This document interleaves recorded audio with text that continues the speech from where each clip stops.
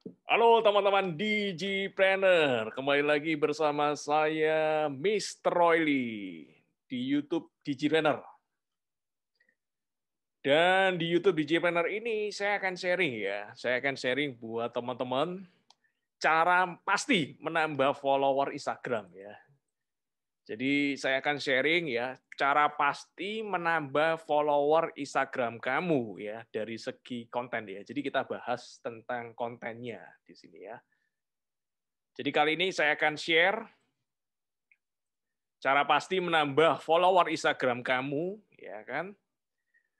Tanpa harus pusing ya. Tanpa harus pusing posting konten apa ya yang sesuai dengan Instagram saya. Kalau misalnya teman-teman yang jualan, teman-teman yang pengen jadi selebgram misalnya, atau teman-teman yang pengen jadi influencer, konten apa yang harus aku buat ya? Bingung-bingung sendiri ya, bingung sendiri akhirnya nggak posting-posting. Nah, inilah. Jadi saya akan sharing supaya kamu nggak bingung lagi cara untuk posting di Instagram kontennya apa, ya kan saya akan posting dalam 10 menit ke depan. Silakan perhatikan baik-baik ya.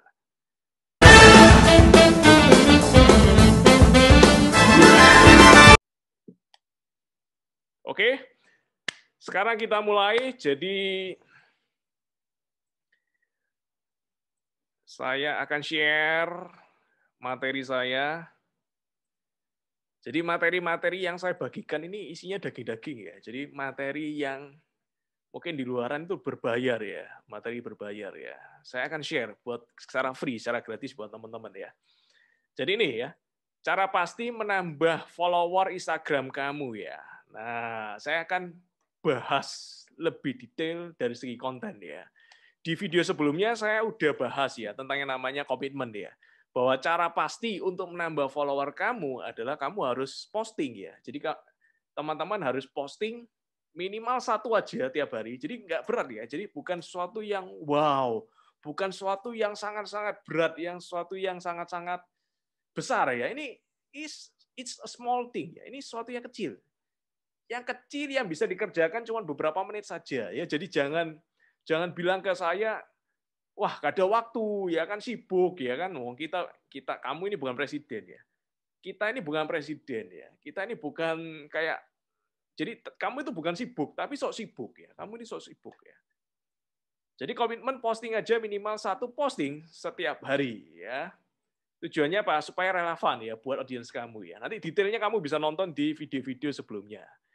Dan kali ini saya akan fokus ke segi kontennya ya. Di video kali ini saya akan fokus ke segi kontennya. Kamu harus buat konten apa ya. Dan ini cocok ya buat kamu yang UMKM, misalnya kamu yang jualan, itu bisa cocok juga ya.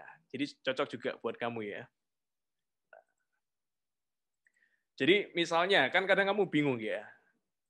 Kadang teman-teman bingung ya, saya ini punya bisnis makanan ya, konten apa yang seharusnya saya buat ya. Teman-teman ada yang punya bisnis baju ya kan, atau jual teh diet ya, atau jual pelangsing ya. Apa kira-kira konten yang kira-kira cocok ya buat buat saya buat ya.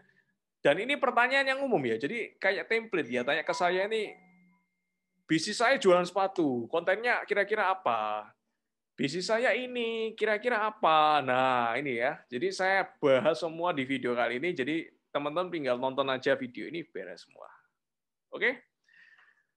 Nah, pertanyaan itu bisa dijawab ya. Pertanyaan itu bisa dijawab ketika teman-teman bisa menjawab ini ya. Siapa audiens kamu ya? Siapa audiens kamu? Nah, ini. Jadi siapa audiensnya teman-teman ya? Siapa yang seharusnya tonton konten teman-teman ya? Siapa yang seharusnya jadi target market teman-teman ya? Kalau teman-teman jualan sepatu ya, sepatu cewek misalnya, target marketnya jelas, ini cewek ya kan, usia berapa. Jadi harus tahu ya, know your market ya. Kalau teman-teman tahu siapa audiens kamu, siapa audiens Instagramnya, itu lebih mudah untuk membuat kontennya. Jadi konten tuh ada yang namanya relevan. Ini kembali lagi ke slide sebelumnya. Relevan dengan audiens kamu. Ini hukumnya ya. Ini dasar teorinya, hukumnya seperti itu. Jadi kalau buat audiens, udah tahu siapa nanti yang akan lihat Instagram kamu, ya kan? Akan kita lebih mudah untuk membuatnya itu lebih mudah, lebih simpel ya. Kita nggak berpikir yang aneh-aneh, kita nggak berpikir yang di luar ya. Pikirnya kita simpel.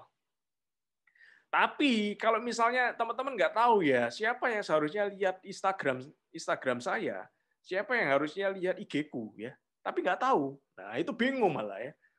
Kalau misalnya nggak tahu siapa yang lihat, gimana cara buat konten ya? Ini logika ya.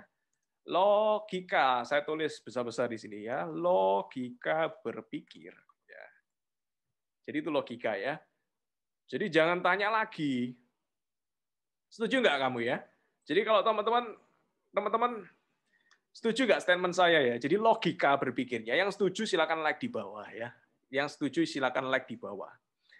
Kalau teman-teman setuju, kalau teman-teman nggak tahu kontennya siapa yang lihat konten saya, ya kan? Gimana cara buat konten? Yang setuju like di bawah ya. Jadi itu logika ya, logika berpikir ya. Logika berpikir. Nah, jadi misalnya gini ya. Ini saya kasih contoh ya, supaya lebih mudah untuk dimengerti ya. Misalnya kamu jual ya, ini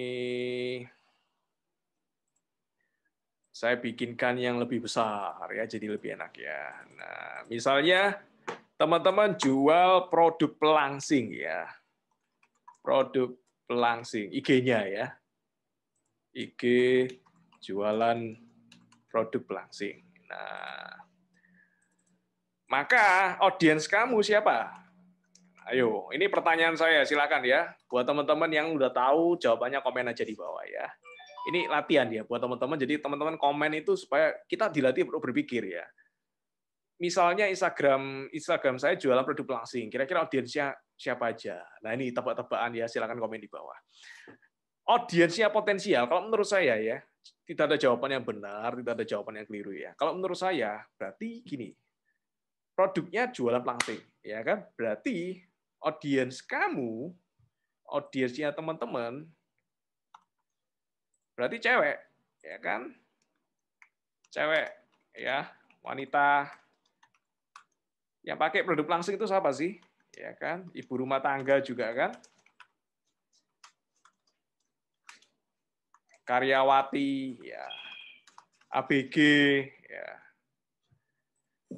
Terus juga siapa lagi? Sosialita, emak-emak ya.